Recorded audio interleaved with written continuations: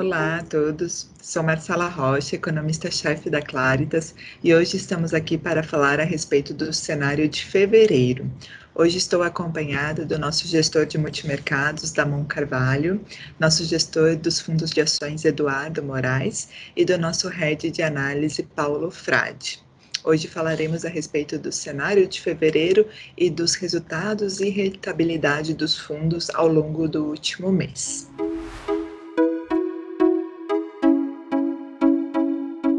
Em relação ao cenário macroeconômico do mês de fevereiro, pelo lado do cenário global, o mês de fevereiro foi marcado por uma performance positiva dos mercados de risco.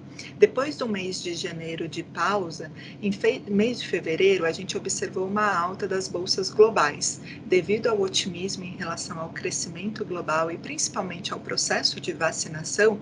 O índice S&P nos Estados Unidos subiu 2,6%, o MSCI Europa ganhou 2,3% e com isso o MSCI das ações globais subiu 2,5% no mês de fevereiro. Além disso, vale ressaltar a boa performance dos mercados emergentes. O MSCI das bolsas desses países também teve um desempenho positivo, com alta de 0,7% no mês de fevereiro.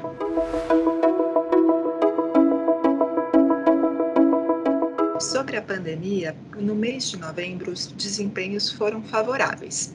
Ao longo de fevereiro, nós vimos redução do número de casos de Covid-19 nos principais países, junto com uma aceleração do processo de vacinação. A China, por exemplo, tinha sido um país com grande preocupação devido ao aumento de casos no início de janeiro e, inclusive, medidas de lockdown anunciadas para conseguir conter aquele surto. Essas medidas do governo chinês foram eficazes e, ao longo de fevereiro, nós vimos uma redução consistente do número de casos por lá e, por enquanto, esse número de casos reduzidos não leva a mais medidas de restrições. O impacto na atividade chinesa foi contido e os PMIs da China continuam apontando para a recuperação da atividade por lá, com tanto o PMI de serviços como o PMI de manufatura ficando acima do índice de 50 pontos, que indica expansão. Na Europa, é verdade que na zona do euro o processo de vacinação ele está mais lento, com pouco mais de 4% da população vacinada. Mas apesar do processo lento de vacinação, nós também observamos na zona do euro uma redução do número de casos novos de Covid-19 e uma discussão de medidas de relaxamento para serem anunciadas ao longo do mês de março. Só que mais importante do que a evolução da pandemia foram os dados econômicos na zona do euro.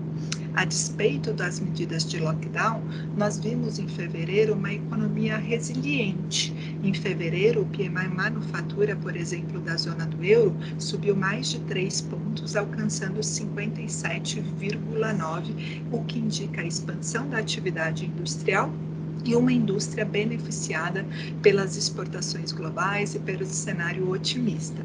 No Reino Unido, o cenário também é construtivo. Além do primeiro-ministro Boris Johnson já afirmar que haverá um relaxamento das medidas de lockdown a partir de março, a gente viu uma campanha de vacinação no Reino Unido ganhando força e a atividade também tem um desempenho favorável, com o PMI manufatura subindo 1 ponto, ficando em 50,9. Todas essas notícias já eram construtivas para o nosso cenário global. Crescimento global acelerando, com vacinação ganhando força. Mas o principal destaque de fevereiro ficou por conta dos Estados Unidos. Para Estados Unidos já havia uma expectativa favorável em relação ao crescimento no ano de 2021. Só que em fevereiro ficou muito claro que a redução do número de casos de Covid-19 de maneira rápida, junto com queda do número de hospitalizações e de óbitos, já levaria os Estados Unidos a também relaxar as suas poucas medidas de restrições. E junto com essa curva bem controlada de Covid-19 nos Estados Unidos, nós também vimos um processo de vacinação acelerando, chegando para mais de 15% dos americanos. americanos. E esse processo de vacinação nos Estados Unidos deve ganhar força nos próximos meses. A gente teve a aprovação do uso da vacina da Johnson Johnson, que começou já a ser distribuída e deve chegar a mais de 40 milhões de doses nos próximos meses, levando 50% da população americana a ser vacinada, pelo menos até o final de abril. Só que além da evolução da pandemia nos Estados Unidos, as melhores notícias ficaram por conta dos estímulos fiscais. Depois de um pacote fiscal robusto já ter sido aprovado no final do ano passado, ao longo de fevereiro ficou claro que o pacote fiscal proposto pelo presidente Biden também deve ser pouco diluído. A proposta inicial do Biden foi de um pacote de 1 trilhão e 900 bi de dólares. Havia consenso que ele seria reduzido para cerca de 1 trilhão, mas as negociações entre republicanos, democratas e o presidente evoluíram de maneira tão favorável que hoje há a expectativa que um pacote de cerca de 1 trilhão e 300 bi de dólares seja aprovado, impulsionando também a economia americana. E fora esse pacote fiscal, a gente não pode esquecer que os dados correntes dos Estados Unidos já foram muito bons. A gente teve números de produção industrial, vendas no varejo e investimento no mês de janeiro melhores do que o esperado. Essa conjunção de fatores positivos para Estados Unidos já chega nas projeções. O consenso para o PIB americano saiu de 3,8 para 4,9 num curto espaço de 2 meses. Com isso, as projeções para o PIB global já saltaram de 5,2 para 5,4.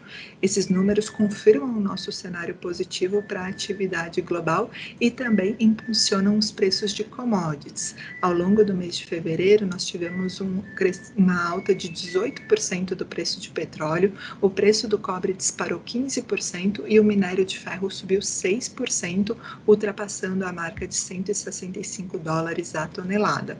Essas commodities continuam sendo beneficiadas pelo otimismo em relação ao crescimento num cenário de ampla liquidez global.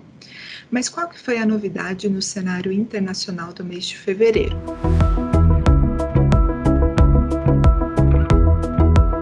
A grande novidade em fevereiro foi a observação de abertura das taxas de juros globais.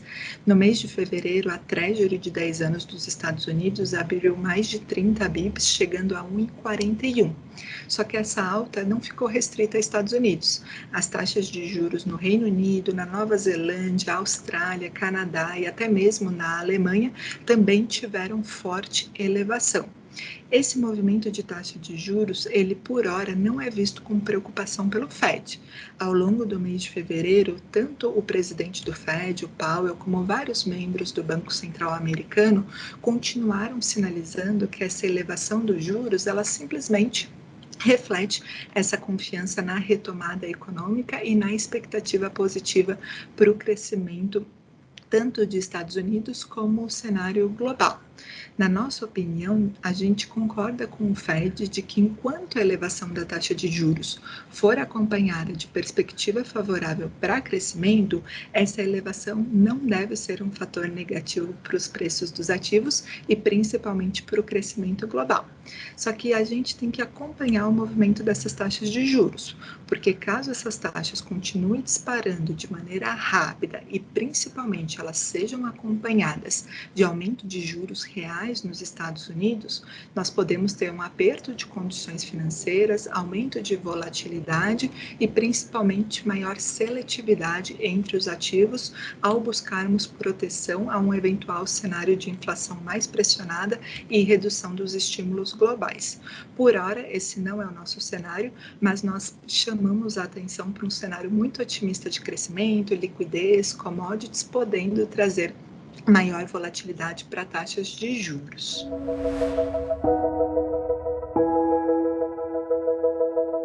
Esse é o cenário global, pessoal. Em relação ao Brasil, no mês de fevereiro, os ativos domésticos não conseguiram se beneficiar desse cenário internacional global. A nossa bolsa voltou a cair, recuando 4,4% no mês de fevereiro. O câmbio voltou a desvalorizar e, principalmente, as taxas de juros no mercado futuro voltaram a apresentar alta generalizada. Apesar desse cenário global favorável, O que pesou contra a performance dos ativos domésticos foi novamente a incerteza em relação ao rumo da política fiscal, incerteza em relação à política econômica do governo Bolsonaro e também incertezas a respeito da pandemia no Brasil. No campo da política fiscal, o mês de fevereiro começou com expectativas muito positivas. Afinal, nós tivemos as vitórias do Rodrigo Pacheco e do Arthur Lira nas presidências do Senado e na Câmara. Os dois candidatos eram apoiados pelo governo Bolsonaro e os dois candidatos apoiavam a agenda do governo na pauta econômica. É verdade que uma semana depois da vitória do Arthur Lira na Câmara, a gente já teve um andamento de uma agenda positiva com a finalização da votação do projeto de autonomia do Banco Central. Esse projeto foi aprovado e ele define que os mandatos dos presidentes e dos diretores do Banco Central, eles devem ter vigência não coincidente com o do presidente da República. Portanto, é um projeto que traz maior convicção no cenário de independência e uma autonomia legal para o Banco Central e é um grande ganho institucional. O problema é que as notícias positivas no Congresso ficaram restritas à autonomia do Banco Central. Apesar de todo o esforço da equipe econômica ao longo dos últimos meses em condicionar um novo auxílio emergencial ao cumprimento do teto dos gastos, ao longo do mês de fevereiro ficou muito claro que a piora da pandemia, junto com a pressão por alguma ajuda imediata para a população vulnerável, levariam o governo a ter que admitir um novo auxílio emergencial. E esse auxílio emergencial, por ter um valor aproximado de 40 bilhões de reais, não ficaria dentro do teto dos gastos. Mas para minimizar o dano desse novo gasto extra-teto e de um novo aumento dos gastos, o governo buscou condicionar esse novo auxílio emergencial à aprovação de uma PEC emergencial. Esta PEC emergencial, ela iria modificar todo o arcabouço fiscal para os próximos anos e principalmente para o cumprimento do teto dos gastos ao acionar gatilhos. É uma PEC complexa, mas o principal ponto dela era garantir gatilhos serem acionados para cumprir o teto dos gastos nos próximos anos. A condicionalidade de aprovação de uma PEC emergencial seria uma maneira de levar a uma redução dos riscos fiscais e mostrar uma continuidade do compromisso do governo com a agenda liberal.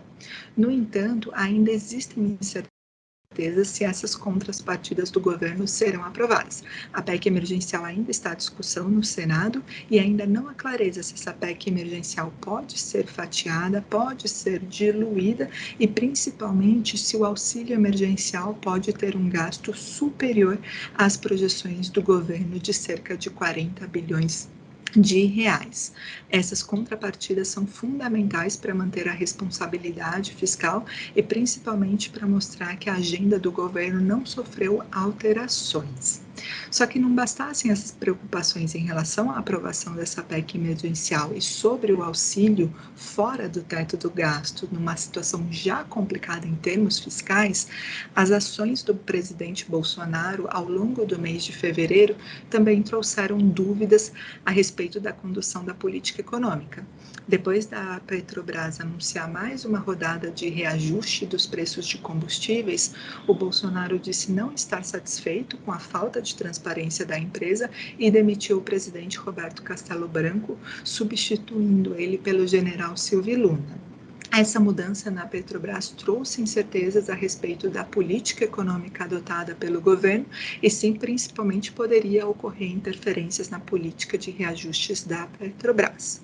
Por enquanto, o presidente Bolsonaro segue afirmando que o novo presidente da Petrobras, ele não vai mudar essa política de preços e, mais importante, o Bolsonaro enviando uma MP da privatização da Eletrobras e um projeto de lei para autorizar a venda dos Correios, quis mostrar continuidade da política econômica, deixando a situação do Roberto Castelo Branco como algo pontual e algo muito mais relacionado à afinidade do presidente com o ex-presidente da Petrobras.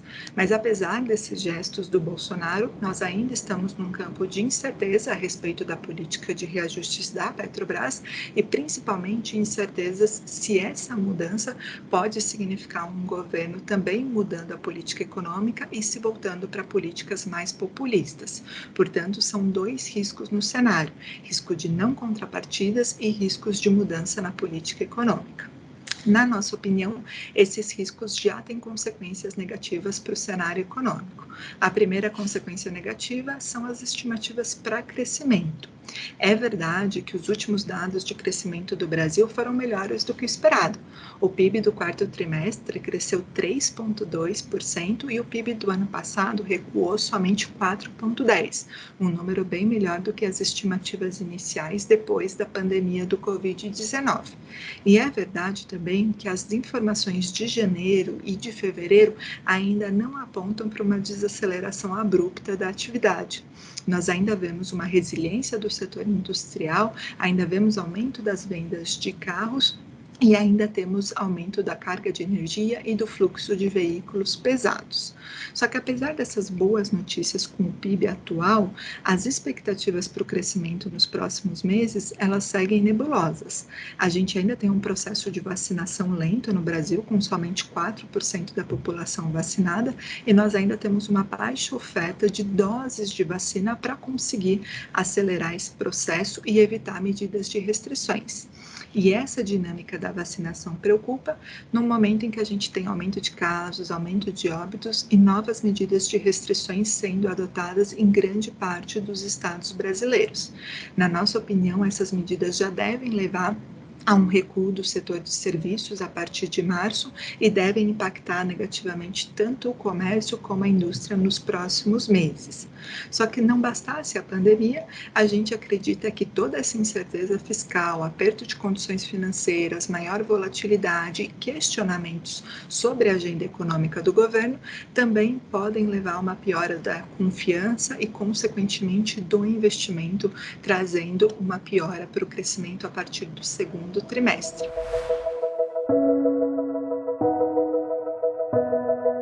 A nossa projeção atual de PIB deve ser revista para cerca de 3,2% por conta do resultado melhor de 2020, mas vale lembrar que a herança estatística para esse ano era muito favorável, com o PIB crescendo 3,6% sem o Brasil crescer em nenhum trimestre. Então, a nossa projeção de 3,2% conta com uma retração do PIB no primeiro trimestre e um PIB de lado no segundo trimestre, mostrando a dificuldade da atividade ganhar tração. Mas fora os riscos para o crescimento econômico, a maior consequência de toda essa incerteza fica no campo da inflação e no campo de política monetária. O aumento da percepção de risco, piora das condições financeiras, com desvalorização do real, traz uma perspectiva ainda mais negativa para a inflação. O IPCA, o ano passado, já terminou pressionado em 4,5%.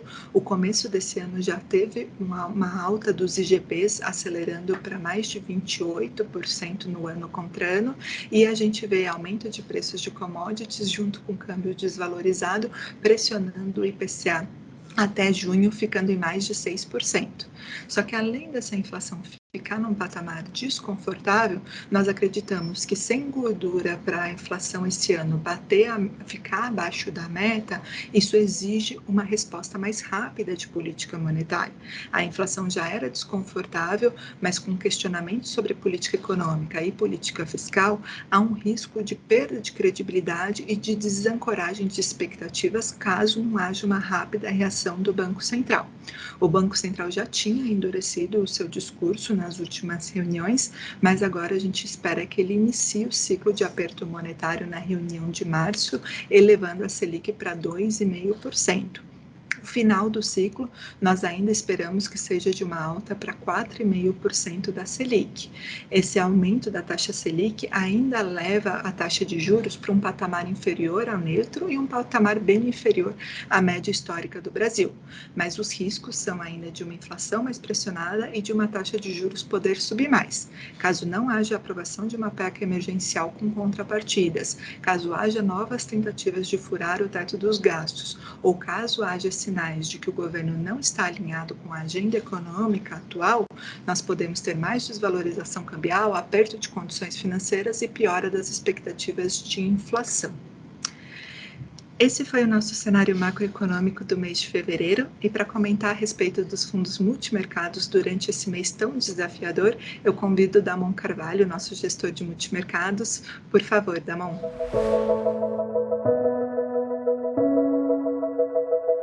Meu nome é Damon Carvalho, sou head responsável pelos fundos macro na Claritas. E hoje a gente vai falar um pouco sobre a rentabilidade dos fundos macro no mês de fevereiro, assim como vamos falar um pouco sobre os posicionamentos que temos hoje e também as perspectivas de cenário daqui para frente. Bom, de acordo com esse cenário que a Marcela Rocha, nossa economista, comentou, nós podemos perceber que o mês foi bastante volátil, o mês de fevereiro foi bastante volátil, principalmente porque a gente teve um cenário externo bastante positivo, com um aumento das posições em direção ao risco, em virtude de uma evolução na vacinação global dos países envolvidos, com vacinas, das diversas vacinas disponíveis, com uma eficácia bastante grande. Então tivemos uma evolução, e que isso, somado ao ambiente de alta liquidez que temos no mundo, tanto por parte dos bancos centrais como por parte dos governos, através dos pacotes fiscais, nós continuamos a perceber uma evolução pró-risco globalmente falando. Tivemos aí as bolsas ao redor do mundo tendo uma valorização expressiva, atingindo novas máximas ao longo do mês de fevereiro.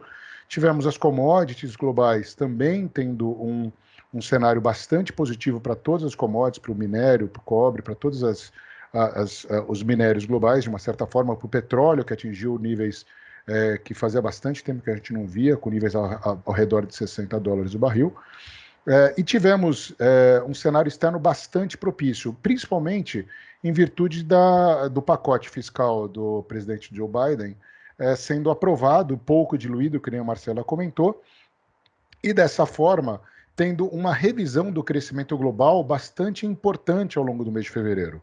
Isso tudo propiciou a manutenção da alocação em risco global. Já no Brasil, como a Marcela bem comentou, a gente andou na contramão, porque no Brasil a gente teve um cenário que a gente perdeu essa onda de otimismo global focando nos problemas domésticos. Os problemas domésticos voltaram a ser, apesar de um número de crescimento bastante positivos no quarto tri ao longo deste mês, e a gente já começa a revisar, como a Marcela comentou, começamos a revisar o número de crescimento do PIB para o ano de 2021 para patamares acima de 3%, já ao redor de 3,2%, nós começamos a ver um perigo vindo principalmente do lado de inflação, com a manutenção dos números de inflação corrente, não somente da parte de alimentos, mas também pelo conta da falta de insumos. A gente começa a ver números de atacado mais pressionados, em virtude de um câmbio mais pressionado, e esse câmbio mais pressionado ele é resultado de um ambiente fiscal bastante desafiador. Esse novo auxílio emergencial que deve ser colocado em prática ao longo dos próximos 4 meses de R$250, ele pressiona as contas públicas mais uma vez, e a gente agora fica na discussão da manutenção ou não manutenção da nossa pedra angular de todos os cenários macro que a gente tem na Claritas, que é a continuidade do ambiente fiscalmente responsável. Tivemos um ambiente bastante favorável para a pauta do governo, em virtude da eleição de 2 presidentes, tanto na Câmara como no Senado, o Lira e o Pacheco, alinhados com o governo e com um apoio bastante grande do Centrão para passar as pautas econômicas do ministro Paulo Guedes, mas a gente precisa que essas pautas comecem a ser votadas e comecem a encaminhar essa agenda reformista ou essa agenda fiscalmente responsável para o médio prazo, o que não aconteceu ao longo do mês de fevereiro. A gente teve uma deterioração bastante grande do sentimento em relação ao ambiente fiscal no Brasil, e isso foi refletido nos ativos brasileiros. Por isso que a gente teve um risco Brasil através do CDS abrindo bastante, tivemos as curvas de juros no Brasil nominal abrindo nos vértices mais curtos, algo por volta de 40 bases, nos vértices intermediários, algo por volta de 75 bases, e nos vértices mais longos, aí de janeiro 25, algo como 90 bases ao longo do mês de fevereiro, uma abertura bastante importante, mostrando aí essa inclinação positiva da curva de juros, mostrando o nervosismo em relação a esse ambiente fiscal.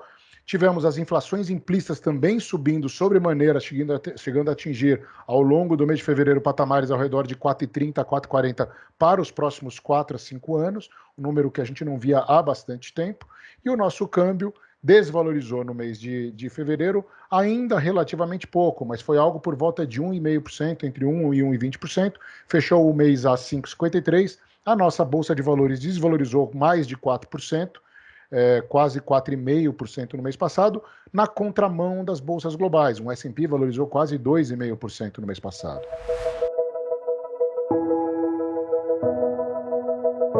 Então a gente descolou do ambiente global de risco, e isso se refletiu na rentabilidade dos fundos da Claritas, dos fundos macro da Claritas. A gente teve um mês positivo, todos os fundos da Claritas renderam positivamente no mês de fevereiro.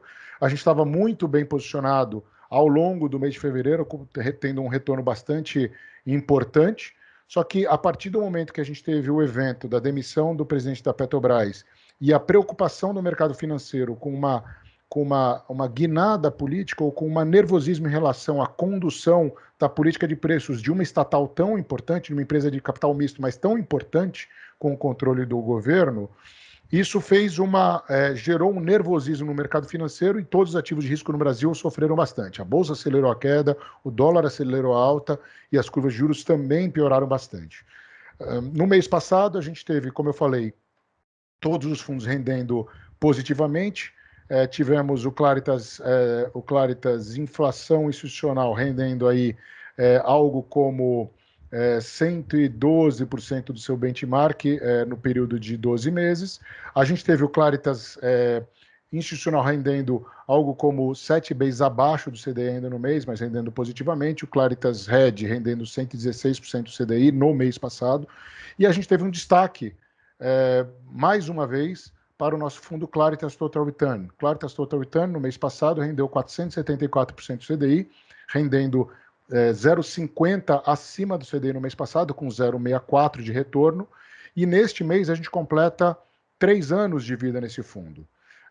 O retorno desse fundo tem sido bastante importante ao longo dos últimos 12, 24 e 36 meses. O Claritas Total Return está num período de 12 meses com retorno na sua cota líquida de 267% do CDI, com 6,34 contra 2,37 do CDI nos 12 meses.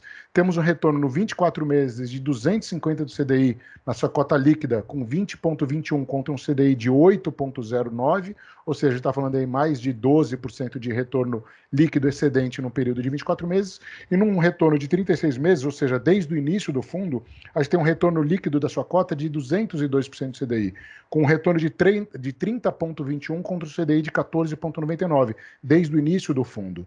É um retorno bastante interessante. A gente teve aí um Sharpe ao longo desse período, ou seja, aquele retorno excedente ao risco bastante positivo, que tem girado por volta de 0,8 em todos os períodos, aí, ao longo dos 12 meses 0,8, 24 meses superior a uma vez, com uma volatilidade ao redor de 5,5% a 6% nesse período todo. Então é o nosso fundo da Claritas, que combina as estratégias tocadas por mim na área macro, como pelo Eduardo Moraes na área de equities, na parte de long and short, tanto fundamentalista quanto a parte quantitativa nesse fundo, e tem tido um retorno bastante interessante e bastante expressivo ao longo da sua história em todas as janelas, 12 meses, 24 meses, 36 meses, e nesse ano não é diferente. No mês passado, a gente teve nos books de macro da Claritas um retorno positivo no mercado de juros, com posições tomadas nos juros americanos, e uma posição ainda comprada em inflação no Brasil, tanto de curto prazo quanto de médio prazo.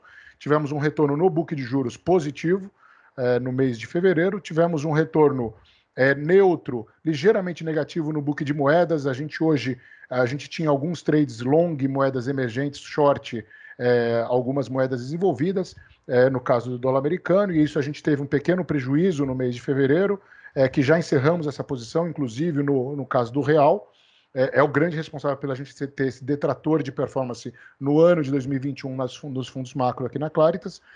E hoje a gente carrega apenas algumas posições de crosses. Tivemos um destaque para posições compradas em dólar australiano, vendidas em dólar canadense. Hoje carregamos posições ainda compradas no iene japonês e alguma coisa no yuan, no dólar contra o yuan chinês, como operações de hedge no book como um todo. E as nossas posições de bolsa, continuamos com um viés otimista ainda no Brasil, por acreditar que estamos bastante descontados, com um valuation bastante atraente para um cenário de crescimento bastante importante, como a gente está vendo hoje, mas, de novo, a gente volta àquela nossa pedra angular, de que é importantíssimo a gente ter sinais positivos de Brasília, da manutenção do teto dos gastos, da manutenção da responsabilidade fiscal, para dessa forma a gente destravar esse valor escondido que temos nas empresas, na Bolsa brasileira, e dessa forma a gente conseguir ter uma performance bastante importante para os ativos brasileiros. E a gente tem um gap muito grande para a Bolsa, para as bolsas globais, para as bolsas emergentes. O Brasil, não apenas na moeda, não apenas no caso do real, mas também na nossa bolsa, a gente está tendo uma performance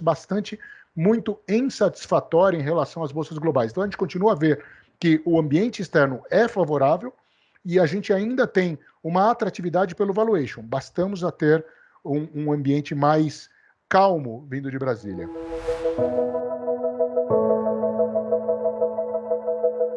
Os destaques no nosso book de bolsa são posições, continuamos a ter posições compradas, principalmente em exportadoras aqui no Brasil, que teve um destaque bastante positivo no mês passado. Temos posições que foi um destaque positivos.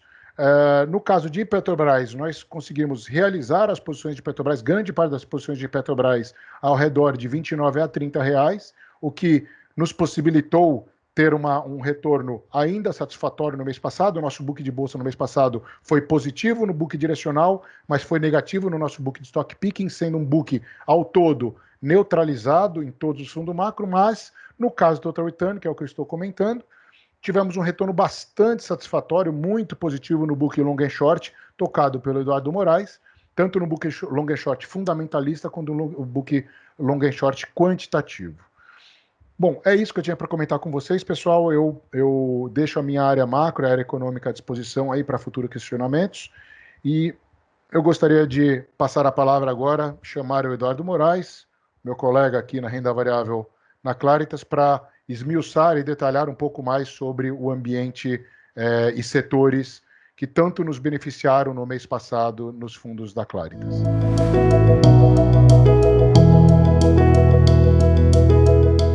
Eu sou o gestor de renda variável aqui da Claritas. Hoje a gente vai comentar um pouco a performance do Claritas Long and Short, do Claritas Valor e do Claritas Long Bias, e também, indiretamente, o do Claritas Total Return, como o Damon comentou, teve uma performance positiva aí no book Long and Short. Eu vou me permitir dividir com vocês aqui uma pequena apresentação, começando aqui pelo Claritas Long and Short. Ele apresentou uma performance de 0,78% no mês de fevereiro, 1,14% aqui no ano, 400% do CDI. Em termos de exposição bruta, eu diria que a gente está com um apetite de risco médio nesse fundo, tá?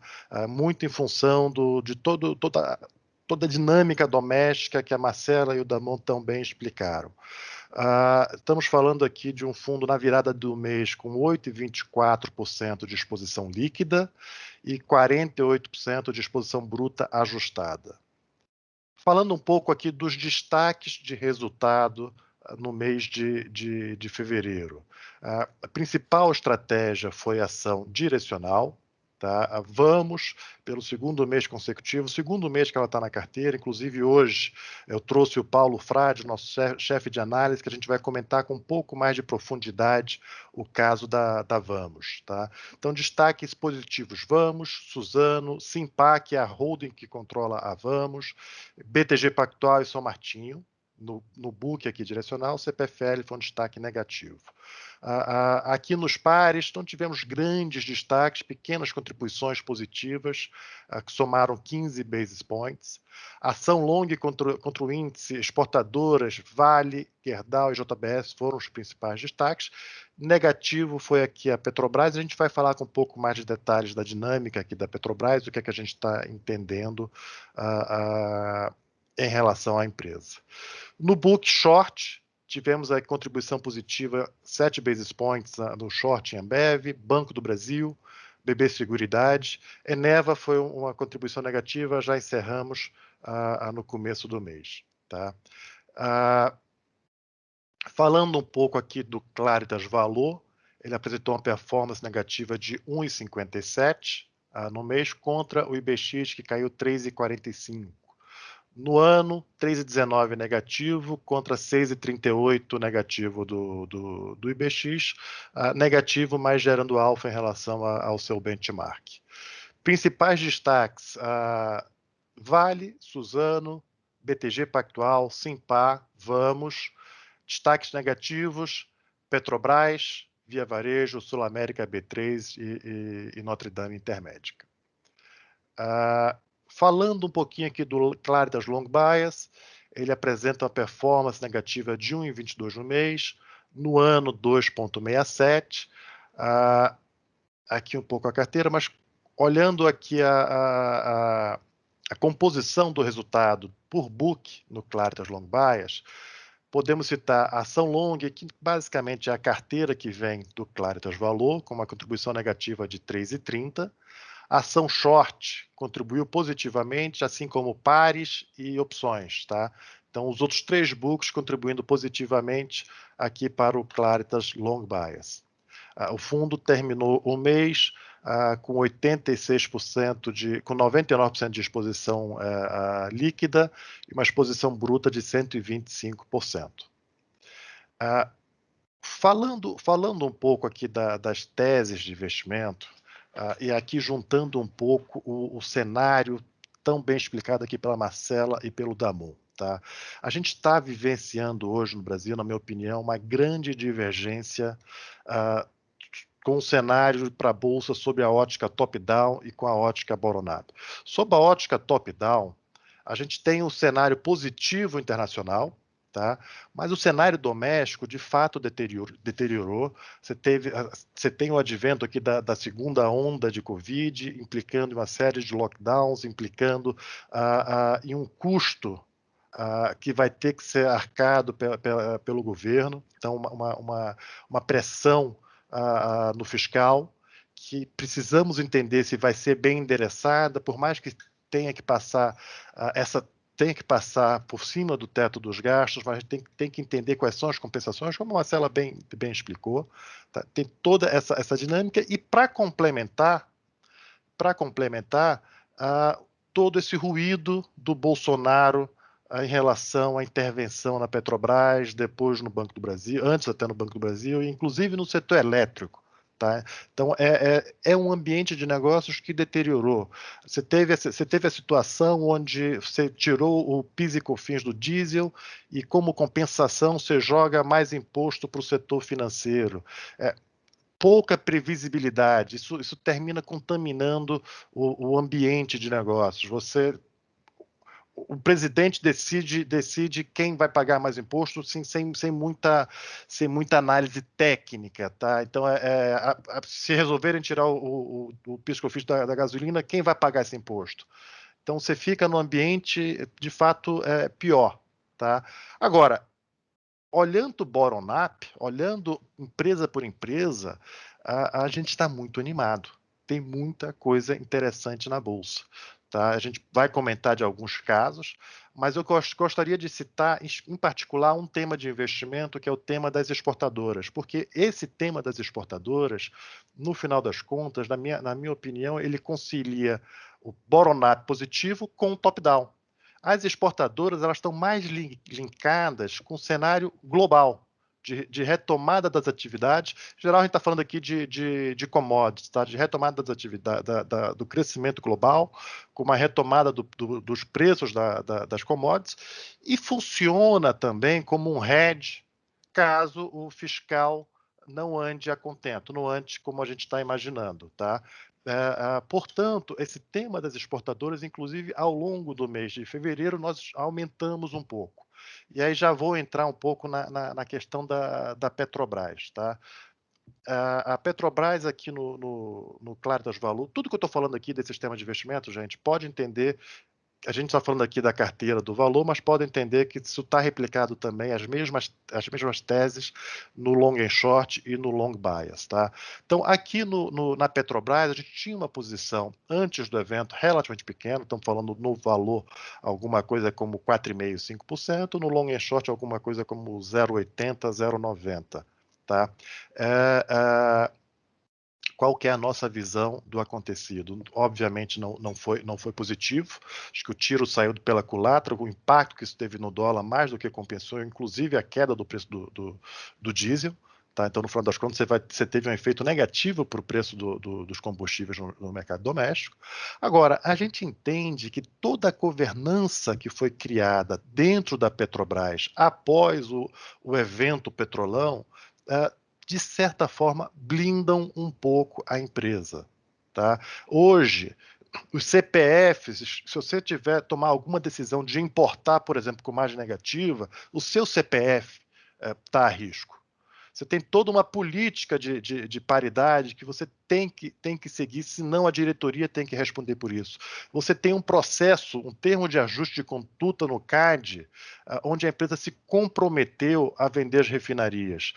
Você tem um processo dos importadores questionando a política de preço da Petrobras, que o próprio Castelo Branco, os importadores estavam questionando a velocidade que ele estava repassando o preço. E, de novo, o próprio general Luna também está falando em manter a política de preço apenas com um pouco mais de previsibilidade, que a gente também acha questionável se você consegue realmente dar essa previsibilidade. Tá? Então, no final das contas, gente, a gente está falando da situação onde a Petrobras caiu 30% e a commodity subiu 40%. O desconto de valuation nesse cenário é muito grande. Se a gente tinha 4,5%, 5% antes do evento, até porque a gente entendia que você tinha risco político aqui, após o evento, com toda essa precificação, a gente tomou a decisão de aumentar. Então, a gente aumentou a exposição aqui em Petrobras após o evento. No Claritas Long and Short, a gente chegou a ser estopado no mês passado. Quando virou esse mês que a gente pode voltar à posição, a gente voltou a uma posição um pouquinho menor do que a original. Tá? Ainda aqui no tema de exportadoras, a gente adicionou Jalles Machado, que é a empresa de açúcar e etanol, um IPO, um caso novo, muito interessante. Mês que vem a gente fala com um pouco mais de detalhes desse case. Tá? E a gente adicionou aqui em Suzano também.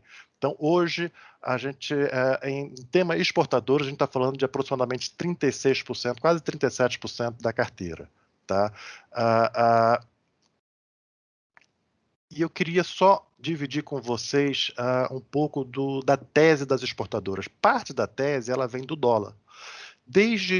Com base 100 aqui em dezembro de 2019, o nosso câmbio desvalorizou 40%. O câmbio dos países que competem com a nossa pauta de exportação estão estáveis ou até valorizaram, como é o caso da Austrália. A Austrália compete com a gente em proteína, tá, e em minério de ferro. A gente está falando aqui de um gap relativo de 50%. Essa desvalorização cambial associada ao preço da commodity num patamar alto, isso é um fator que eu não lembro na história de ter acontecido com tamanha magnitude. Tá? Só para colocar aqui em contexto, o câmbio por si só não está sendo um grande driver nesse primeiro trimestre, então o câmbio médio do quarto trimestre foi 5,40 contra 5,39 agora. Na ponta, último dia de fevereiro, a gente tem um câmbio um pouco mais desvalorizado, 3,7% na ponta contra a média do quarto trimestre. Mas, gente, vamos olhar aqui para a Petrobras, o diesel e a gasolina no mercado doméstico, já após os reajustes. Tá? A gente está falando na ponta, 41% a mais de preço no diesel e 43,5% a mais de preço na gasolina. Eu vejo com muita dificuldade o general Luna chegar na Petrobras hoje e mandar baixar preço numa canetada. Isso vai ter implicações no TCU, isso vai ter implicações no CAD, eu vejo com muita dificuldade. Se o pior cenário for ele demorar para dar os preços adicionais, e por incrível que pareça, apesar dessa alta no ano ainda está defasado, ainda assim, gente, você tem uma geração de caixa brutal acontecendo na Petrobras, tá? E um preço que está 30% abaixo. Quando eu olho em dólares, o diesel aumentou na ponta, em relação à média do quarto trimestre, 46%, e a gasolina 56%. Por isso que eu digo que ainda tem um pouco de defasagem aqui. O petróleo 46%. Mas quando a gente olha outras commodities, gente, minério de ferro, 24%. Minério de ferro, a Vale entregou 9,1 bilhões de dólares de EBITDA nesse quarto trimestre. É um EBITDA extremamente alto. Tá? Em geral, o primeiro trimestre é o trimestre de menor sazonalidade. Você deveria ter uma queda de EBITDA quarter over quarter. Com esses preços realizados, por enquanto, no primeiro trimestre, a gente está projetando um EBITDA na casa de 9 bilhões novamente no primeiro trimestre. Tá? Quando eu olho o níquel, também é relevante para a Vale, obviamente minera muito mais, a gente está falando de 14% na média de janeiro e fevereiro, quanto quarto trimestre, e 16%. Cobre 14% e 26%. Celulose, gente, cresce janeiro, fevereiro, 21% em relação ao quarto trimestre. 35% é o preço de ponta. Em cima desse preço, já teve outros reajustes que ainda não refletiram no preço. Tá? Por fim, açúcar sobe 18% na ponta. Então, gente, esse é o cenário que a gente está visualizando que justifica ter uma posição relevante exportadora. A gente está falando de um cenário, a Vale está negociando a 2,8 vezes EV/EBITDA, 26% de free cash flow yield. É um cenário, diria que é um valuation anormal, fora de contexto, nunca vimos isso antes. E colocando em contexto que isso aqui funciona como um hedge para um cenário que seja mais negativo do ponto de vista fiscal, faz muito sentido ter. Diria que no long and short, uma parcela relevante do nosso net exposure, dos 8,5% que a gente está de net exposure, eu diria que uns 7 e poucos são exportadoras. Tá? Falando mais aqui